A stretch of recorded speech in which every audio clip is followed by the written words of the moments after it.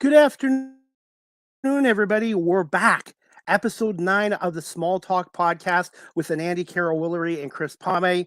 And it's hard to believe it is Saturday, October 7th, 2023. And looking forward to our ninth episode today. And I'm going to bring on our co host who's going to let us know who our special guest is this afternoon. Good Hi. afternoon, Anandi. Hi, How are Chris. you? I'm good. It's been a while, hasn't it? Yes. What happened to August and September? Oh, well, you know what? I had some family stuff going on, and then also Yeah. at work, I started a new position in July. So things have been very busy at work. And then for yourself, I think your business has gotten it's ramping up too, isn't it?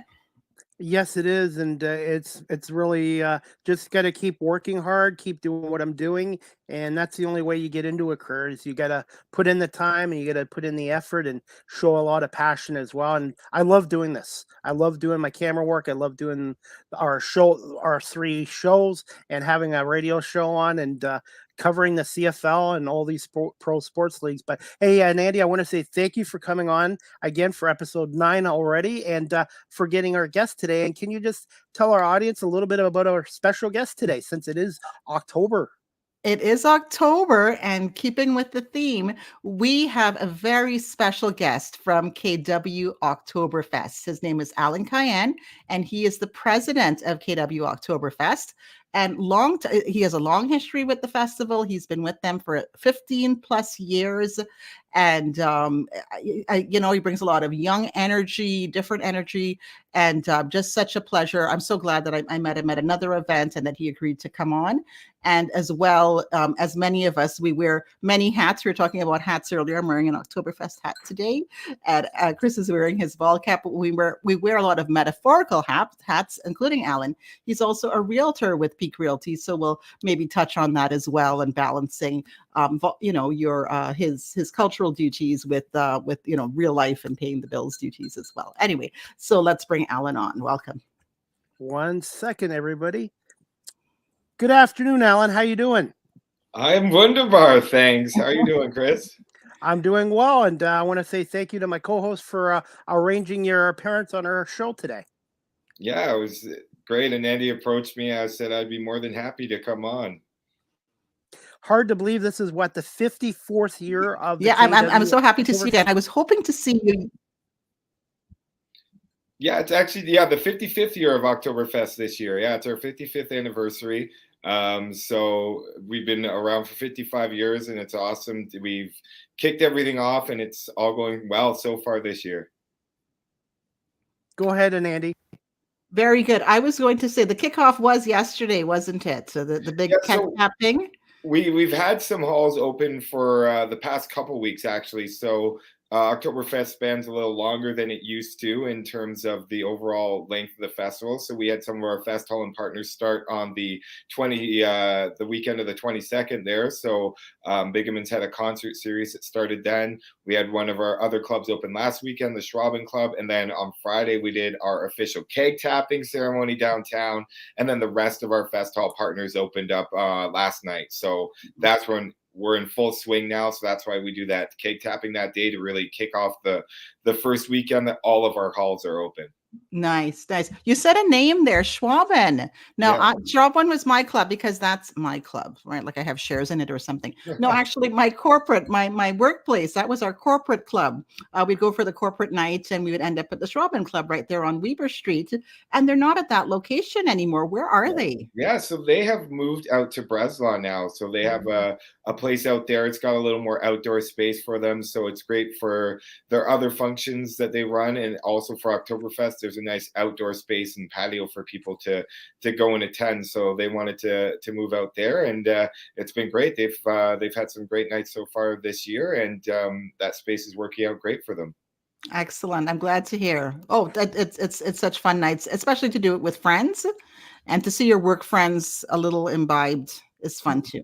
Yeah, that's the great thing about Oktoberfest, right? You can bring so many different groups together. We see a lot of that from the corporate side of things, you know, whether it's them coming to one of our halls or booking us to do a cake tapping at their place of business. So we do that as well. We bring the party right to them, and we bring that fun, and it's always amazing to see. We did a great event at Gowling's just on Thursday night. They have a beautiful patio for their space, and so did a cake tapping. They had all sorts of great food and drinks, and it was a great time. They came down to our block party concert that we had on Thursday. Okay. And so they came down to that afterwards. So that's what we like to see, is just working Nice. with different corporations and businesses and community partners to bring everyone together during this time of year. Wonderful. Wonderbar. We're gonna, from now on, the word is not wonderful. For the rest of this podcast, it's Wunderbar, yes. Wunderbar. Alan, I was going to say maybe next year, and Andy and I can do the cap tag or the keg tapping. Yeah, we got to get you a practice run before that. Yes. Make sure Sounds that good. you're up to speed. So maybe we'll find an event that we can do a keg tapping at and get you to tap that keg so you get some practice. That's right. Yeah, we should practice. That's Thank you. we should train. Yes. And to be honest, Alan, I've never been to a KW Oktoberfest, even though I live in Guelph. So maybe next year I will come out to my first one and maybe even shoot a live video for my radio show as well. That would be awesome. We'd love to have you out. You just let me know, and we'll get you here. We'll get you to an event and make sure that you have a great time here. And I like good beer and I like good food. We have lots of that. All of our halls have great food, so you can try different food at different halls. They all have a little something different that they specialize in. So I recommend doing a little tour of all of them, trying all their food, find your personal favorite. But then, yeah, lots of great beers. We have some great German beers at the different halls.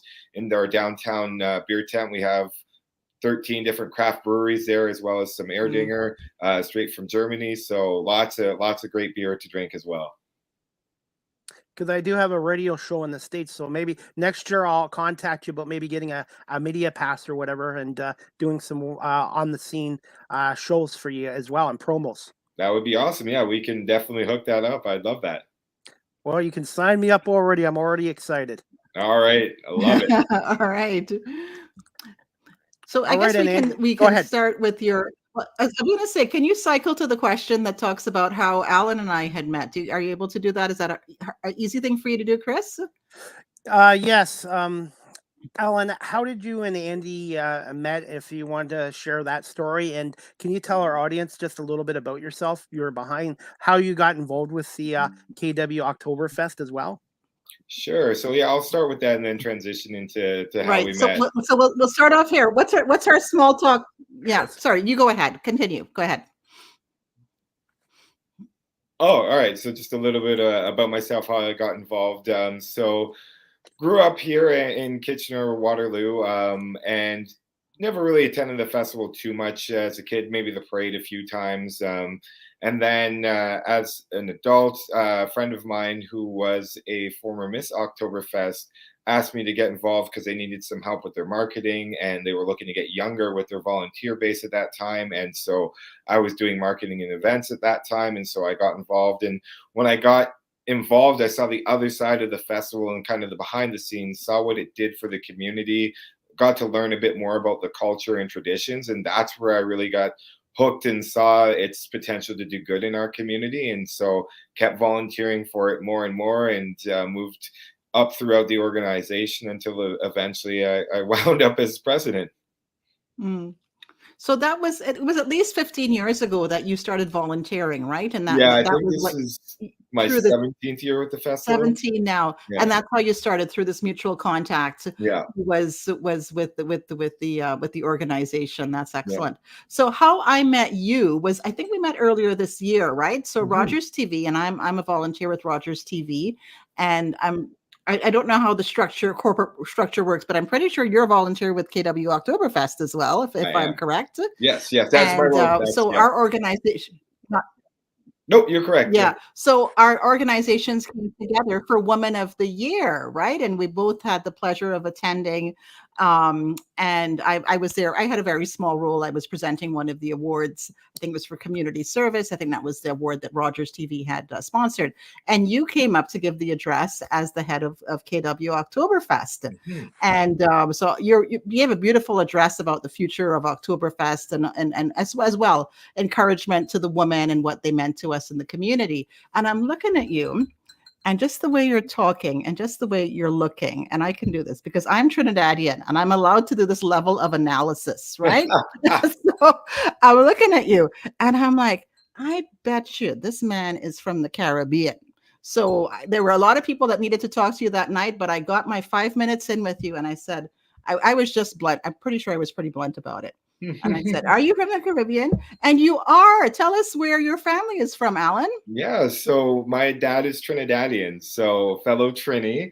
And yeah, it's been a big part of my life, going back to visit family there. My dad, all of his siblings are now back in Trinidad, so I have a lot of family there, and I go a few times. I haven't been in a while, but last time I went for Carnival, so that was awesome. Beautiful. A lot of fun. I finally got to do it now that my cousins were old enough to go out and actually celebrate and enjoy. So yeah, that is a big part of who I am, and that is something that I always try to use that mindset too. You heard me talk during the Women of the Year event about what Oktoberfest can be for the community, and I always think of when it was called Caravana but Carnival in Toronto, and even Carnival in Trinidad. You look around and people don't need to feel like they have to be Caribbean to celebrate it. They just come and they fet, right? And so I feel like Oktoberfest can be that same feeling where everyone can come feel like they can be German for that day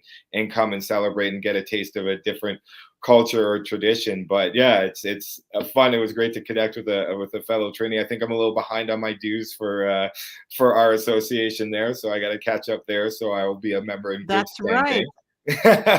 I'll have your email now. I have your email now, so I'll let our treasurer know how to get in touch with you. Yeah, right? yeah. I'm teasing. Oh, it would be wonderful. We have an AGM coming up too, so I'll make sure that you get an invite as well. Oh, excellent. We'd love for you to see what we're doing with the Caribbean Association. But anyway, it was such a pleasure meeting you there, and thank you for being so responsive to my follow-ups and being here with us today. So I like to start the show to talk about what was our small talk moment, because just these little chit chats, it just leads into something bigger. And so we can dive a little deeper now that the small talk's out of the way. Sounds good. Yeah. By the way, I have a little Guelph. There's a really good Trinidadian restaurant in Guelph. It's downtown Guelph called Rise and Shine. If you've never been there, try it. It's excellent food. The prices are good, and the owners, they're from Trinidad, and they're really nice people. And hopefully one day you guys can check that out. I'm trying to get them to sponsor our show as well. Awesome. Yeah. Next time I am in Guelph, I will look up Rise and Shine because I'm always looking for some good Trini food.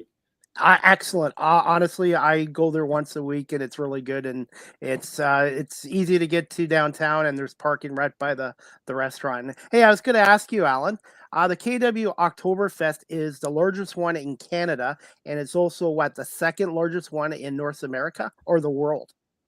We believe we're the largest one outside of Germany. Yeah, just with the amount of people we have that come to attend our parade and all the different fest hall events in our downtown Wilkemenplatz. It's really a large festival. We draw a lot of people to the region for it. A lot of the people in the region come out for it. So yeah, we think we're still probably the second largest outside of Germany. So there's some other bigger ones in the world, and they might be close to us, but that's fine. It's great to see big celebrations around the world, but yeah, we know we get a lot of people out here, so we love that. We're proud of that.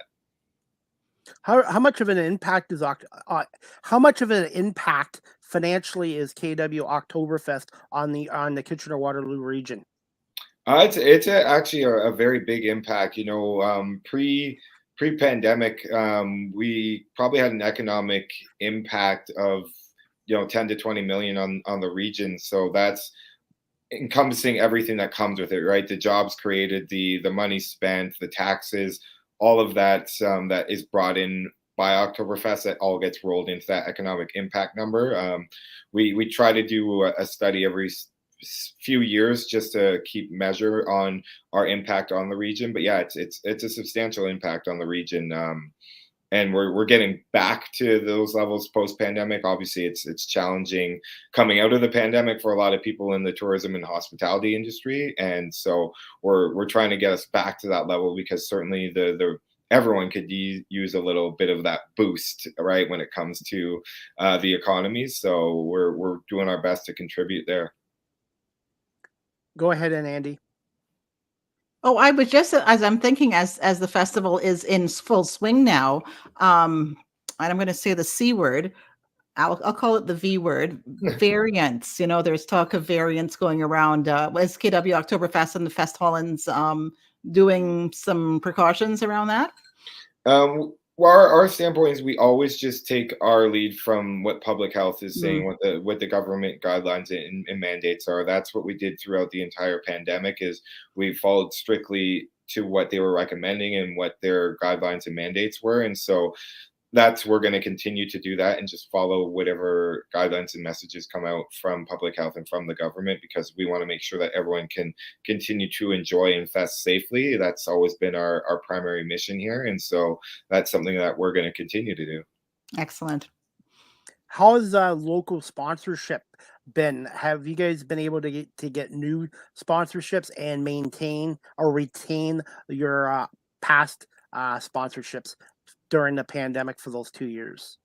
Yeah, so obviously over the years of the pandemic, we saw the shift in sponsorship a little. As you know, we have some sponsors that are more product related, and obviously without the same kind of number of people attending the festival and everything like that, those kind of sponsorships change in their amount, or even if they exist. And so coming out of the pandemic, it was definitely a challenge trying to pivot a little bit in terms of how we deliver the festival to our public, and then that in turn will change the type of sponsors that are attracted to it. So we've done a great job this year actually coming back and bringing a lot of new sponsors on board. The staff's done a really good job of getting some new sponsors on board to help support our festival, some new great partnerships that make a lot of sense, with Ontario turkey farmers, trying to bring in some new products and different spins on some of the traditional dishes, using turkey for a schnitzel and those type of things. We were right around Thanksgiving, so it makes sense with the turkey. We have a new float, a turkey float, and a Thanksgiving Day parade. Who would have thought it took us 55 years to make that happen? But now we have that too. And sauerkraut, we have a great relationship with Kune sauerkraut, and so we've done some really fun things there where we've actually made some cocktails with sauerkraut in it, believe it or not. So kind of that C&E style of food and drink experience. We partnered with Cronut Madness. Yes, the Cronut Cronut Madness. Yes, yes. To October.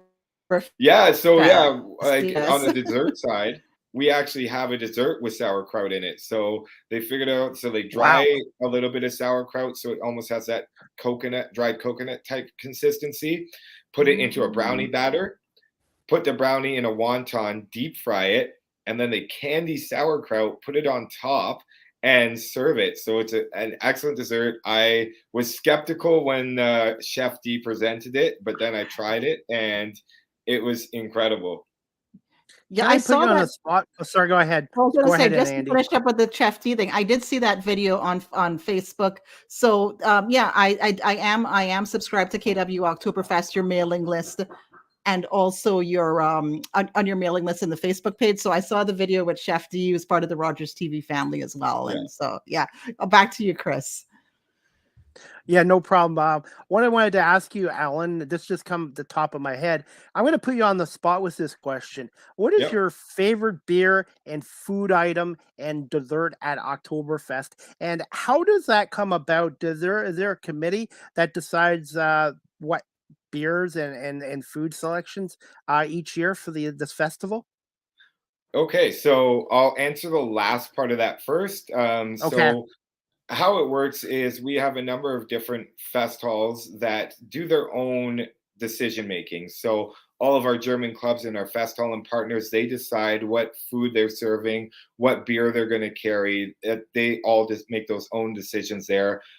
For Oktoberfest Inc. itself, so some of the downtown at the Willkommenplatz, we're making all those decisions in terms of which beers we're bringing in, what food is being served. So for us, we decided to partner with Chef D on the food side of things to do some fun, different twists on some German classics. And then we were working with a lot of local and Ontario-based craft breweries to bring in that beer side of things, as well as Erdinger on the German beer side of things, because we want that authentic German beer there as well.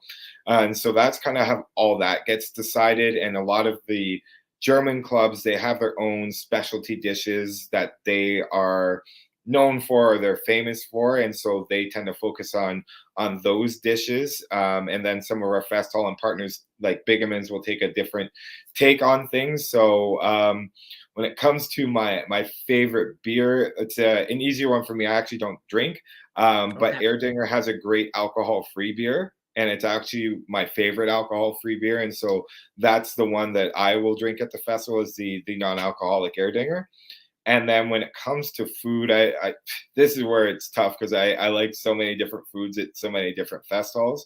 I would have to say I'm really a big fan of the Rollbraten at Hubertus House, as well as the Spätzle, which is like a German pasta.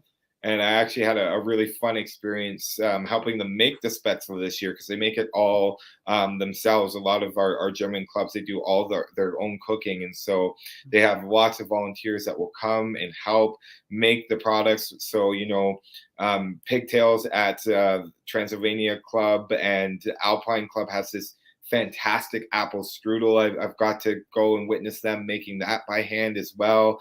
Schwaben Club has these great cabbage rolls. And so everyone's got their thing.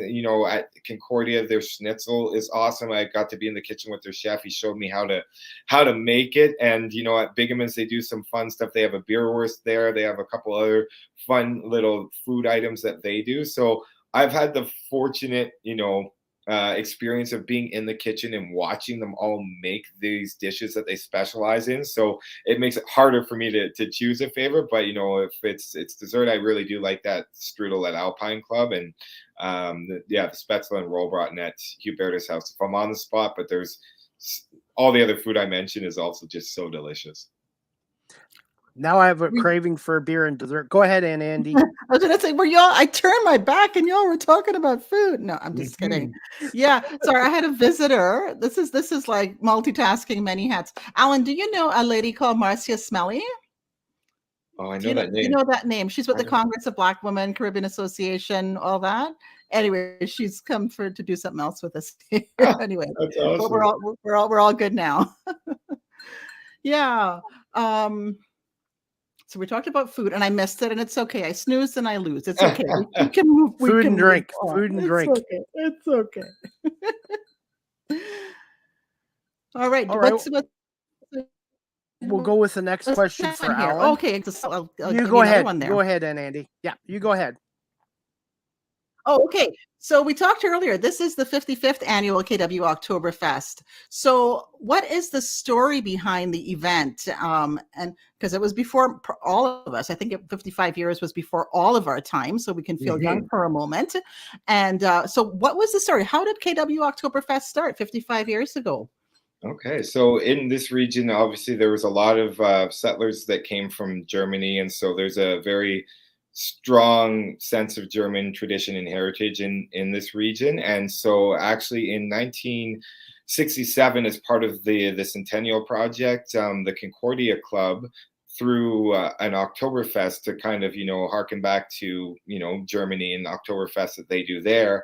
And then that kind of sparked within the community. The Chamber of Commerce saw it as an opportunity to really start to drive some tourism and celebrate the culture and history of the region. And so they struck up a committee and started an Oktoberfest in 1969. There was the first one that we had locally.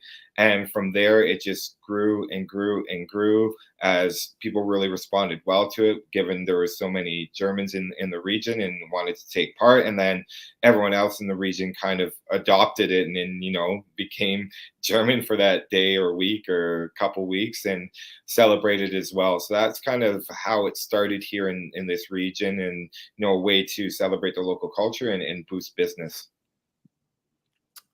That's right. Even this beautiful hat that I have here, it is authentic, and I got this from Ron Diebold, and he is a I don't know if you, well, I mean, there are many Germans in KW, so I don't know if you would know him, but I am very good friends with his wife, Terrell Diebold, and when she heard, she's a great supporter of this podcast, and when she heard I was on, she goes, "Oh, well, you got to borrow Ron's hat," so which I did. And Terrell is also from Toastmasters, so I get all her stories of her growing up in the region, and she talks very fondly of going to German school even on Saturdays. Like, I mean, of course, Kitchener was formerly Berlin. Yes. That just talks about the richness of the German heritage that's here. Yes, and we still have some of our German clubs, and their children are in the dance groups, and they attend same thing, the German schools on Saturday, as they try to pass on those traditions and history and culture. Yeah, excellent. Alan, oh, sorry. Go ahead, Anandi. I said excellent. I agree. That I love that we preserve our culture and know where our roots are. One thing too, Alan, I wanted to ask you, how obviously it was a local Oktoberfest starting in the late 60s and 70s, but how much of an impact has social media and podcasting and just social media affected your festival?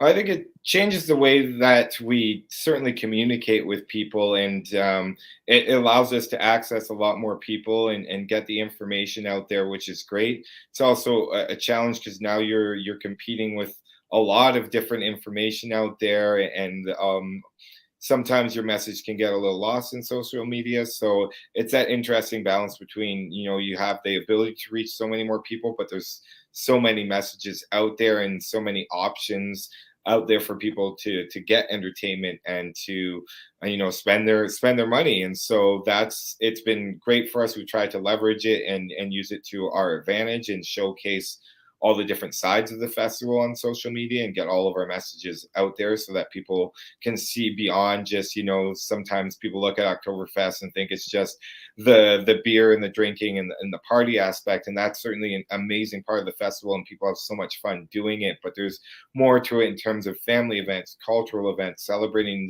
those traditions as well. So it allows us to show some of those other things, show some of the food that we have that we're offering, and, promote the other fest halls and what they're doing, and help connect with other organizations in the region too. That's something I've been passionate about in my role as president, is trying to connect with more members in our community, other festivals and events and organizations that are trying to do good things in the community. And I think Women of the Year is a great example of that, Anandi, where we originally had that event within Oktoberfest. And that's why it was Oktoberfest Women of the Year. And we partnered with Rogers on that all the time.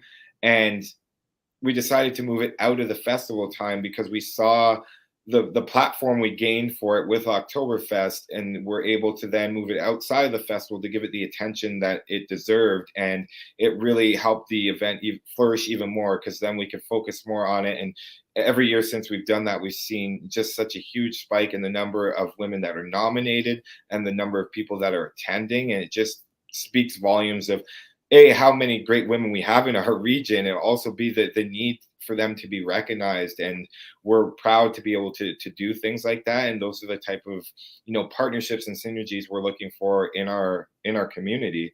And social media helps with that, right? Because with Women of the Year, it really helps us get that message out so that people see, oh, there's this great opportunity to recognize my coworker or my colleague, someone I volunteer with. And they would not have seen that if it wasn't for social media. And then over the pandemic, we used technology to keep that event going and live stream it so that we could continue to recognize. So we're always trying to take advantage of technology like podcasts, live streaming, and social media within the festival. It's very good marketing, and I do commend you and your team on that, to have it separately too, because when you come to that event with the Women of the Year event, you can see it's not about it's Oktoberfest, but it doesn't meet all the stereotypes of Oktoberfest, which is beer and it has there's some aspects of Oktoberfest that it's there, but it doesn't have that it's a drinking fest at all, and it's there to celebrate women. And going to say something. I hope, well, maybe it's controversial. I'll just have to speak my mind. It's a podcast after all. That sometimes I would say perhaps in the past, and this is just part of the times, that perhaps women in Oktoberfest were fetishized, I think, for the national costume. And I think seeing women for their accomplishments rather than an object as a fetish, that's really important to do that into KW for the Women of the Year, because women are not objects. Obviously, we're women, we're people, we're valuable members of our society. And it also fosters a spirit, I think, of respect once the festival is underway. Well, I'm glad to hear you say that, because that's certainly one of our goals, is to ensure that, you know, everyone feels safe and welcome at the festival, but seen and respected as well. And Women of the Year certainly strives to do that. And, you know, this year we have a women's networking event called Dominfest that's happening during the festival as well. We're going to have a panel of speakers and just try to continue to expand and provide those other opportunities during the festival. So I'm glad to hear you say that, because it is certainly something we're aware of, and we're trying to change, you know, perceptions on things. Even this year, the cake tapping was a great example of that, where, you know, we had a woman who was the MC of the cake tap, and we had a woman that helped carry the cake up to the stage, right? It just mixing up those stereotypical roles of, you know, a man carrying the keg up and doing all the MC work and everything like that. So we're always just trying to show that, you know, it doesn't matter who you are, you know, where you come from, what you believe in. We can all be a part of the festival together, and we're all equal there. You know, there's always work to do in that area so that people feel safe and feel welcome and feel like they can be part of the festival. But it's certainly something that we're working towards, and we're always mindful of now, because that's how you get more people from the community to buy in, right? When you feel like you can come and celebrate and have fun and be safe doing it, then you're more likely to do it and feel part of it and feel like it actually is a community festival. Right. And I will say too, I see a shift as well with the Miss Oktoberfest, the traditional Miss Oktoberfest pageant. And I was told it's something different now. It's more of an ambassador role. Yeah. So I think that role in particular has really suffered from a misconception of it for a long time. So it hasn't been a pageant for a couple decades now, but because it started as a pageant, and because the Miss continued to wear, you know, a sash and a crown, people didn't get that pageant role out of their head because they just saw it that way. But you know, near the end of the time that we were still calling it Miss Oktoberfest, you know, the applicants were going through a process where they would do interviews and everything like that. There was no pageant aspect to it, but I think it just got kind of pigeonholed there, so people saw it as that. But we had incredible women that were in that role that were doing great things, and really we see it in our alumni from that role, where they've continued to go on and do these incredible things. And so we know the program really provided them that opportunity. So we wanted to take that great program that we had and really help the public understand what it really is and what it really encompasses. So we shifted to renaming to the Oktoberfest Ambassador, and we actually opened it up to anyone, no matter how they identify when it comes to gender. So that way there's roles for everyone, because sometimes there's, you know, it's just Mr. or Miss or something like that. But we wanted something where no matter how you identify, you could apply for this role. You could see a leadership opportunity for yourself. And so that's the shift we made. Last year was the first year that we had that opening there, and the only restrictions is age. So we're going 19 to 29 because we want to be a youth leadership position. And so we saw a shift in the people that applied last year, and that was great to see that they felt that they could apply. And now this year, the same thing. We have some great ambassador applicants. They're going through the process right now. They've gone to a couple events and attended them to get an understanding of Oktoberfest, because there's some that, you know, have maybe gone to the festival once or twice. So they're still learning about the festival, learning about the community, because we just want people that are passionate about our community, excited about the festival, and know that they could spread the spirit of what we call Gemütlichkeit, which is this overall feeling of warmth, welcoming, and good cheer.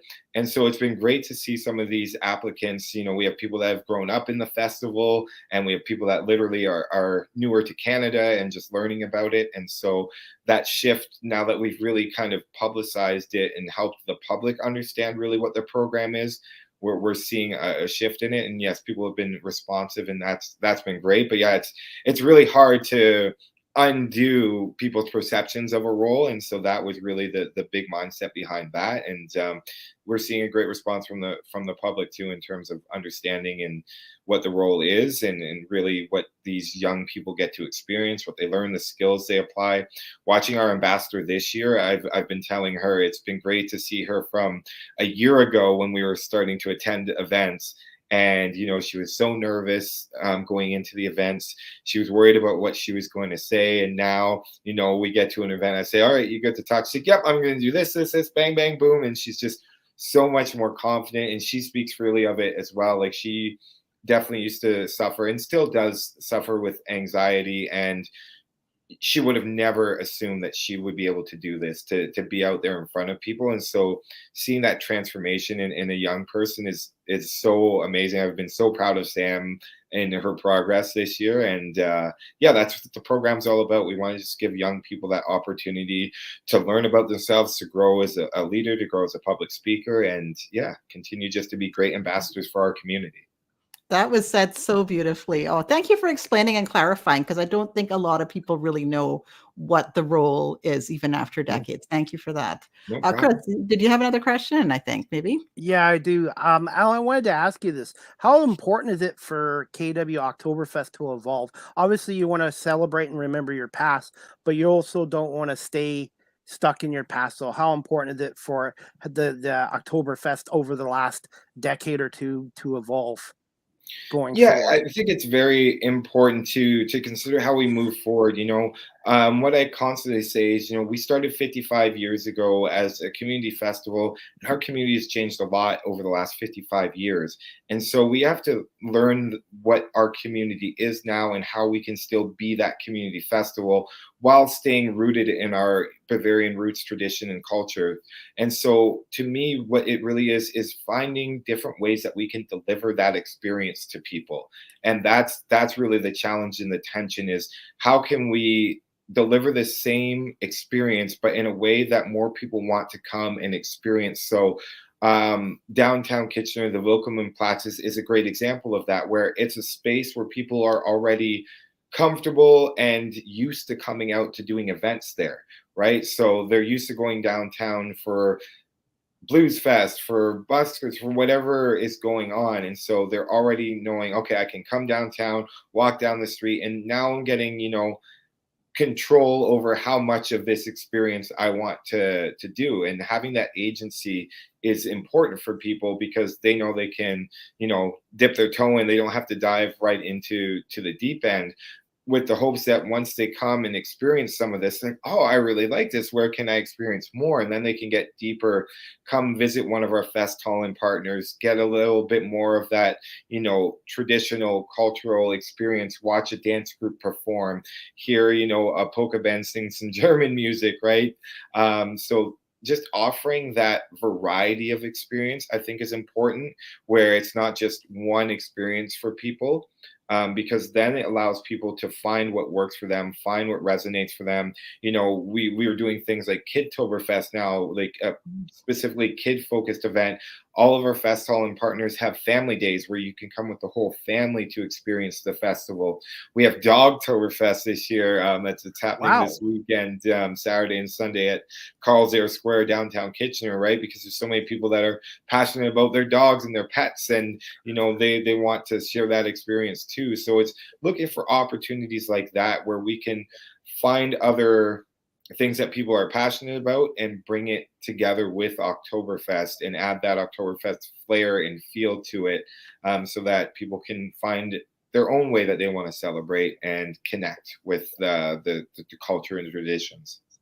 Nice. That actually leads to my next question. Go ahead, Anandi. Go ahead. Okay, yeah, I'll sneak this in about this space that you have. So Willkommenplatz is downtown Kitchener, City Hall, and I believe some streets are closed off now. Is that I think I saw Gawkel to Ontario, or is it further up? That's sort of foot traffic now only.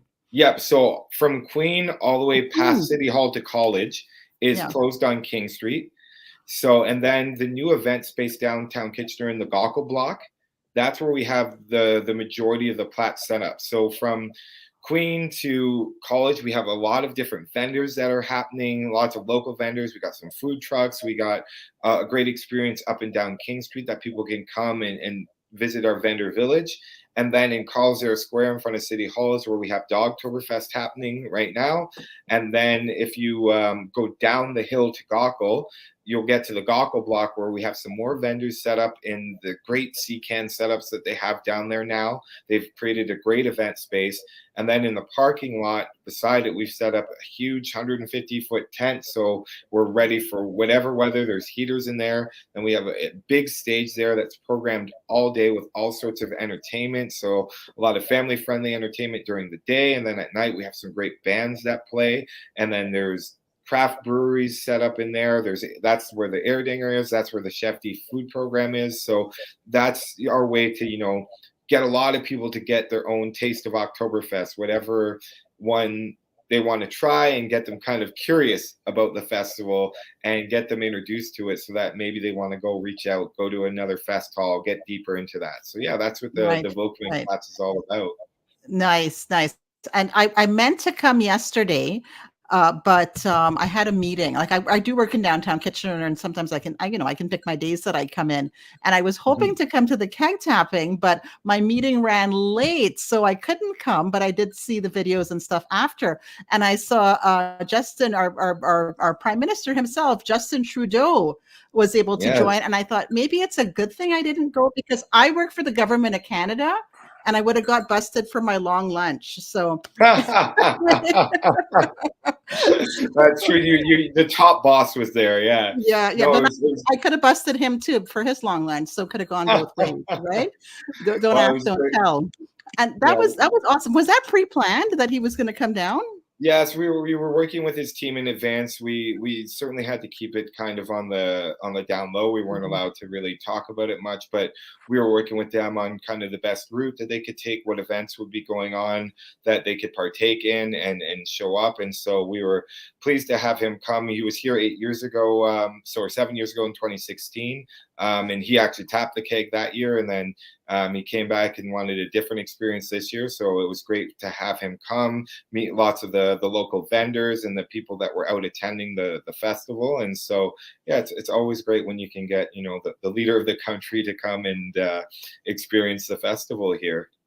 It was well executed. It was a surprise even to me. And I think I know everything about what my boss is doing, but it's a surprise even me. That was well done. So the fun didn't stop there. I think Chris has about what happened last night. Yeah, Alan, I wanted to ask you this. Can you just tell us about the Oktoberfest event last night at the Ob with the Kitchener Rangers and how that came about? And when I think of Kitchener-Waterloo, I think of the Kitchener Rangers and the KW Oktoberfest. Yeah, so for sure, we love to partner with our local sports teams, and with the Rangers, it was great.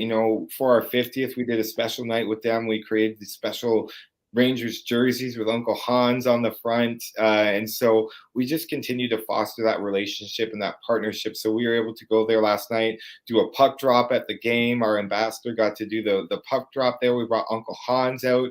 I was there, as well as our executive director, Tracy Van Kelsbeek. So it's just a fun way to really be a part of the community during the festival. The more we can get out there during the festival and have people aware that it's happening, the better. I always talk about the Calgary Stampede, where you get off the plane in Calgary during the Stampede. It's impossible not to know that the Stampede is going on. And, we're hoping at one point we can get to that level here where you're in the region, and no matter where you are, Oktoberfest is happening. We're not quite there yet, but it's events like that are going to help do that. And we actually have the announcers of the Rangers who are going to be our parade marshals this year. So just continuing that relationship with the Rangers in our community, because, everyone here are such huge Rangers fans. It's a big part of our community. So looking for those type of partnerships is what we're all about. What would you tell somebody that's never been to a KW Oktoberfest before and why they should consider coming out? Oh, I would say you should come because there's going to be something for you. There's so many different activities that you can choose from that you're going to find something that you're going to love and you're going to enjoy. You're going to have an opportunity to learn about a new culture and see a different side of things, understand some new traditions, see some traditional, Bavarian folk dancing, or try some food that maybe you haven't tried before. I always encourage people to seek out new experiences and learn a little something. And there's certainly lots of opportunity to learn and try something new at Oktoberfest. So I would encourage people to come out and do that. Okay. When is the Anandi, when is the go parade, ahead. Alan? You keep saying parade, parade, parade. When Yeah, is the parade?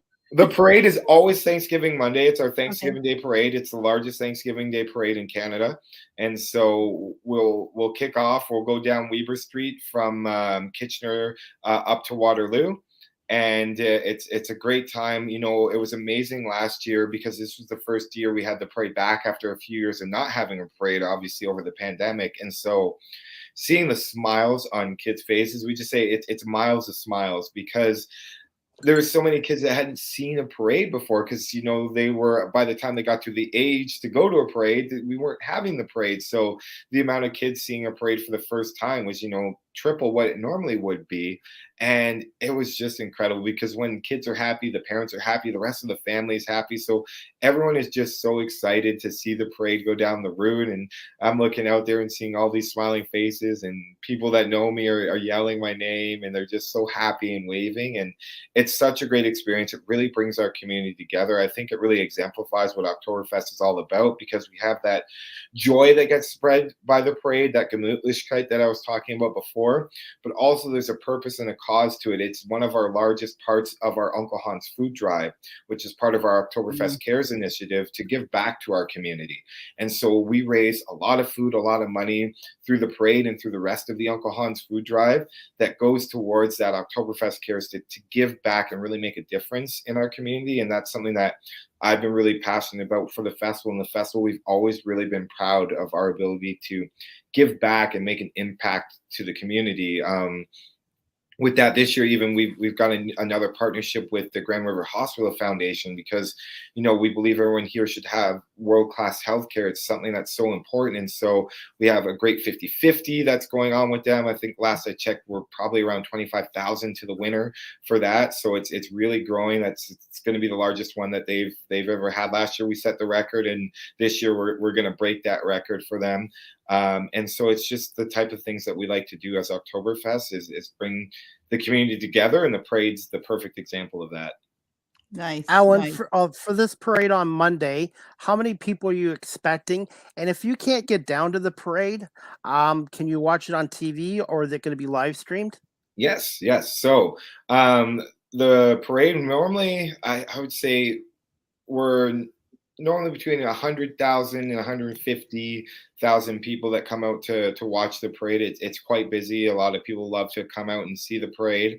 And we will be live streaming the parade. So through CTV Kitchener's site, you can go on there and check out the live stream. We'll have it on our socials so that people can see the link and know where to watch it. Because we really want people, if they can't come out, to be able to still see the parade. But it is such a great experience to be out there all along the route if you can be, because it's just that it's just a different experience when you're part of the parade and you're there street side. And Andy, you want to ask the next question? I do, but I have so many more questions I want Yes, to ask. this is a great conversation. We could talk Yes. to you for 3 or 4 hours. I know. So I'm actually going to double up the question. So I'm going to ask Okay. this one.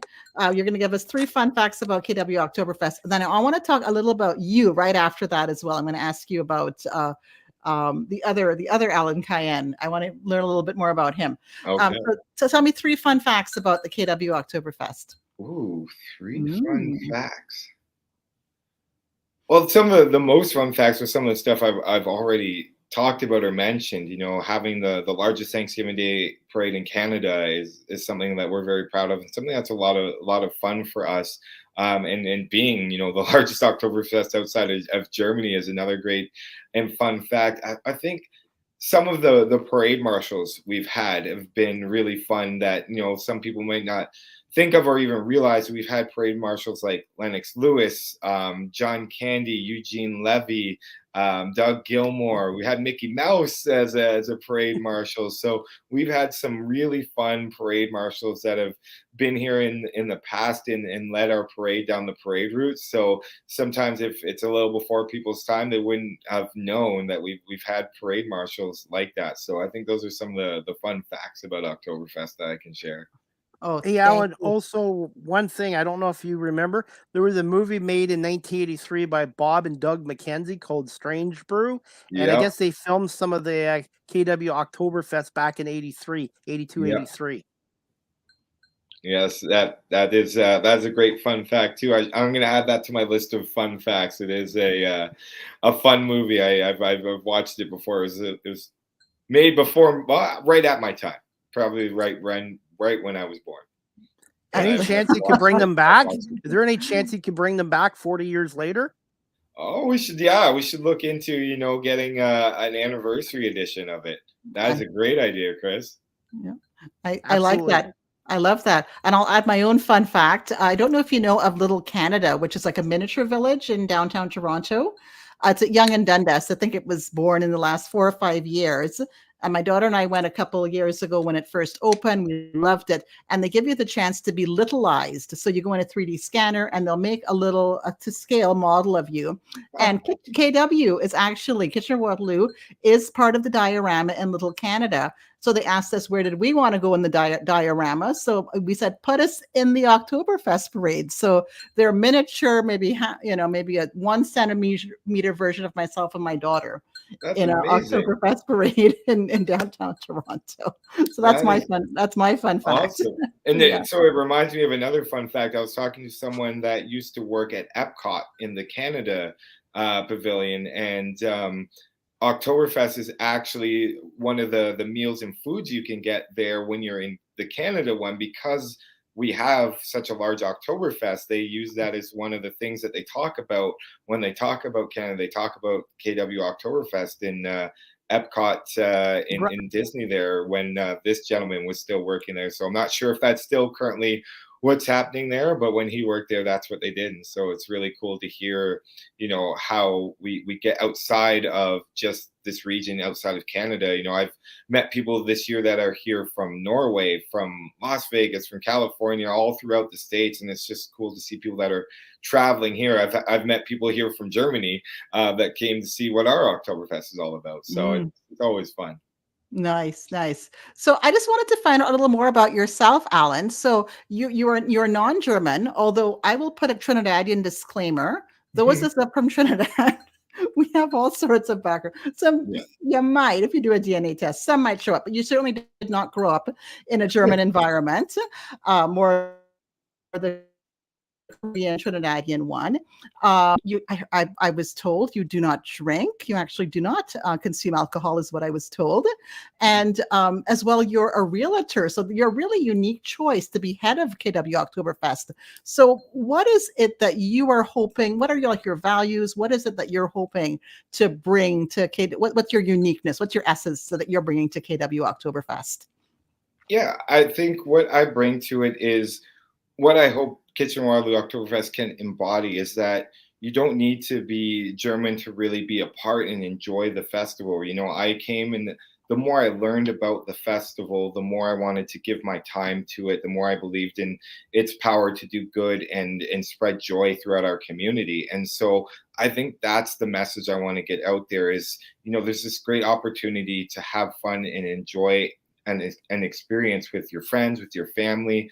And that's what Oktoberfest is all about. And then make your community a better place. So that blend of the Oktoberfest cares and the Gemütlichkeit coming together just to spread warmth, good cheer, welcoming, and doing good in our community. And so that's really what I'm all about as a person. I love to volunteer and give my time to different organizations that are doing good for our community. And so I try to bring that to the festival and spread that and make sure people feel welcome and safe to come enjoy. So I think that's kind of how I moved up throughout the festival and then what I try to bring to it. Nice. And as a realtor too, what sort of skills in the realtor world are helping you now in your role as the head of KW Oktoberfest? Oh, so it's when you're a realtor, it's a lot of, thinking on your feet, adapting and learning what motivates people and what's important to people. So when I work with my clients, I try to find out what's important to them when they're buying a home, what values, what about the home that they need to see there, what's going to make them happy in that home. And so the more you understand your clients, the better you can serve them. And I try to bring that to Oktoberfest. The better you can understand your community, the better you can serve it, the better experience you can provide, the more people that you can bring in to enjoy it. So I try to transfer that over, as well as there's always things that kind of come up that you stick handle on the fly. And so, same thing when you're doing deals in real estate, there's things that can come up left, right, and center, and you have to be ready and prepared to react and respond to those. So kind of those are the transferable skills that I bring to it, but just bringing that level of quality service to either my clients or to the community. Excellent. Well, thank you for that, Allan. Chris, did you have any? I know we have like half a page more questions left, but I'll let Chris have our last question or so. Yeah, we're just going to wrap it up with just a couple more quick questions for you, Allan. How can somebody that's watching our show or listening to our show become a volunteer with the event possibly in 2024? And let's say somebody out there wants to possibly sponsor the KW Oktoberfest. Who do they contact regarding that? Yeah, so our website has information for both of that. Actually, we have a nice little tab on our website, oktoberfest.ca, that says get involved. And so that's how you can get involved as a volunteer or as a sponsor. And we're always looking for more volunteers. It takes so much to put on the festival, and we always need more volunteers that are looking for a way to get connected, be a part of something that's bigger than themselves, in a way that they can give back to their community. And we have probably 40 different committees. So there's a committee for everyone, no matter what you're looking for, whatever skill set you're trying to learn, acquire, or network. We have a role for that within Oktoberfest. So we always need more volunteers. So I would encourage people to go on oktoberfest.ca and click that get involved and go to the volunteer section. And then when it comes to sponsors, it does take a lot to put on the festival, and the more partnerships we can get with our sponsors, the better festival we're going to be able to put on for our community. So we're always looking for sponsors to come on out and support us and be a part of it. We love working with sponsors, and we try to be as creative as possible in how we can really make sure that our sponsors get value out of what they are putting into the festival, and they can do something that's unique to them and reach the audience that they want to reach through that sponsorship. I'm going to put you on the spot, and then I'm going to let Anandi wrap it up with you. I'm going to put you on the spot here. When it comes to the KW Oktoberfest, what's one word that sums it up? I've said it already, but it's Gemütlichkeit. It's a word that means so much, and it's so hard to translate directly into English as it's a German word, but it is that sense of warmth, welcoming, good cheer, all wrapped into one word, right? It's basically like a happy hug in word form. So it's one of my favorite German words that I've learned, and it's something that I really try to embody when it comes to Oktoberfest. All right. Thank you so much, Allan. And I don't have a question. The only question I have left is pronounce that word again and teach me how to say it. So I pronounce it Gemütlichkeit, or you can also say Gemütlichkeit. A little easier if you're not putting the little itch into it. But put the itch or don't put the itch. Yes. People pronounce it differently. I've heard both. Okay. I like to say Gemütlichkeit, and then I've heard other people go Gemütlichkeit. I think I know the Gemütlichkeit. See, I just said something else there. Well, this was one. I will just say this. Thank you so much for coming, Allan. Thank you. The other German words that I know. Like I said, we love your essence. We love your Papa. Maybe that's a German word. And this interview was absolutely wunderbar. Thank you for coming, and I hope to see you. That I will catch a glimpse of you, and we can meet up again at an event before Oktoberfest is over. That would be great. Yes, love to see you out. And Allan, where can our audience? I guess we can follow them on oktoberfest.ca. I got the website down here. But where's the best place or best way to contact you? Yeah, so we also are on Facebook, Instagram at KW Oktoberfest. So follow us there. You can communicate with us through there. The information on the website as well has email address that people can reach out to and a phone number people can call for the office. And so those are all the best ways to reach us. But staying up to date on social media is going to give you all the most up to date live information.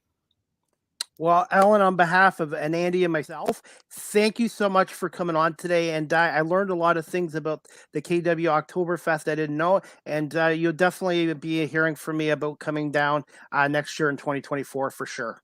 All right. I would love that.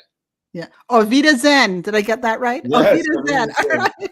And as we say, instead of cheers, we say Prost. Prost. Like that on my shirt. So Prost. Prost, everyone. Enjoy. Thank you. And also, Allan, wishing you you and your family a happy Thanksgiving Day as well. Thank you. Same to you, Chris. Same to you, Anandi. All right. Thanks, Allan. Bye. Bye. Final thoughts, Anandi, on our guest today. Oh my goodness. You know, he is a fantastic person to just sit down and chat with. He's so personable, knowledgeable, professional. Yeah, what a treat that was. And I learned things about Oktoberfest. I did actually live in Kitchener as a child for a couple of years. And I remember the excitement as a child with the parade and the food and the schnitzel and all that. And there are many things I did not know about Oktoberfest that I learned today. So it was a great interview. Yeah, I'm so glad we could do this in October. That's fantastic. This worked out good, and we'll try to do it again next October. And before we wrap this up, Anandi, I'm just going to play a little video clip off of YouTube about KW Oktoberfest. It's about a 35-second clip. Just let me know if you can hear the audio okay.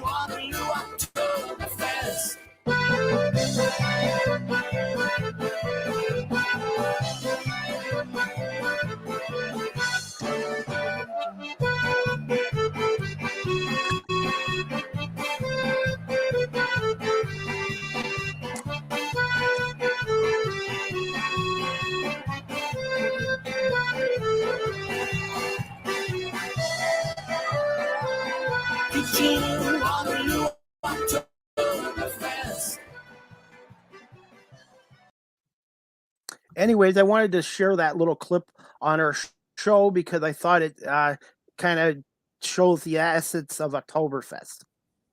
It was fantastic, and now I'm motivated. I'm going to hit up that parade on Monday. We're here for the weekend, so I'm going to hit up the parade, and I'm going to follow up with my corporate contact and see if I can get out to a hall this season. And also, too, I'm going to have to find out more about that little Canada because I wouldn't mind a little mini version of myself as well. You know what? You're in Toronto. You're in Toronto a lot for the Argos, Chris. I would recommend it. Yes. It's a really fun little place. Beautiful craftsmanship that goes into the design and the actual working of it. Yeah, I'd recommend it. I'll have to look it up on the website, but I want to say thank you to, again, Allan, for coming on here today. I thought it was a great episode, and thank you for getting him on. And we just finished our 9th episode, and we're looking forward to episode number 10 coming we'll either at the end of October or November. End of October, because didn't we take a break for September? We had some scheduling conflicts. We were supposed to have Allan last week, actually. Yes. And some scheduling conflicts came up, but he was so gracious, and he was so, I know he's busy, but he did give us his time today. Really do appreciate that, Allan, if you're watching the replay here. So October, we're gonna, I think we have some guests on the back burner that we'll bring to the front burner, and there will be another episode. That's the plan, to have another episode of Small Talk Podcast for October, number 10. Obviously, and the website for the KW Oktoberfest is oktoberfest.ca, but it's spelled with OK, TOBERF fest.ca as well. And also, if you have any comments, questions, or suggestions about the Small Talk Podcast with Anandi and myself, you can always email the show at smalltalkpodcast50@gmail.com, or you can contact Anandi or myself on our social media pages as well. Yeah, I'm at Trini ACW on Instagram, so at TRINIACW. reach out if you and anything you want to talk about, comments, feedback, if you're interested in being a guest. If you've ever had small talk with me and you're like, hey, I had small talk with Anandi, I want to come on the show, please absolutely reach out and we'd love to have you. And I just want to wish you and your family a happy Thanksgiving Day, and everyone watching and listening a very happy Thanksgiving Day here in Canada. Ours is about 6 weeks before the American one. And I want to say thank you to our audience watching this live streamed on Facebook, the Small Talk Facebook page, LinkedIn, YouTube, Twitch, and Twitter. I call it Twitter or X. And also this show will be available soon on Apple Podcasts, Google, Spotify, iHeartRadio, or any of those audio platforms where podcasts are available. There's so many of them. But again, it was a great show with Allan today. And again, thank you so much, Anandi. And we'll be in touch soon and working on episode 10. That's right. Happy Thanksgiving, everyone. Thank you, Chris. Thank you, everyone. Thank you, Anandi. We'll talk to you soon. All right, guys, that wraps up episode 9 today. Thank you to Allan Cayenne for coming on, the president of the Kitchener-Waterloo Oktoberfest. Thank you to my co-host Anandi for coming on. And as always, thank you everyone for watching and listening to the Small Talk Podcast, episode 9 here on this Saturday, October 7th, 2023. Where is the time going? But I hope you guys enjoy the Thanksgiving with your family, your friends, and also enjoy the food, the drink, and also the CFL and the NFL games as well. So that's about it. Hope everyone has a great long weekend. Enjoy the Thanksgiving, and we'll see you guys here at the end of October with Anandi, Carroll-Woolery, and yours truly, Chris Pomay, for episode 10 of the Small Talk Podcast. Have a great afternoon, everybody, and thanks for tuning in to the Small Talk Podcast.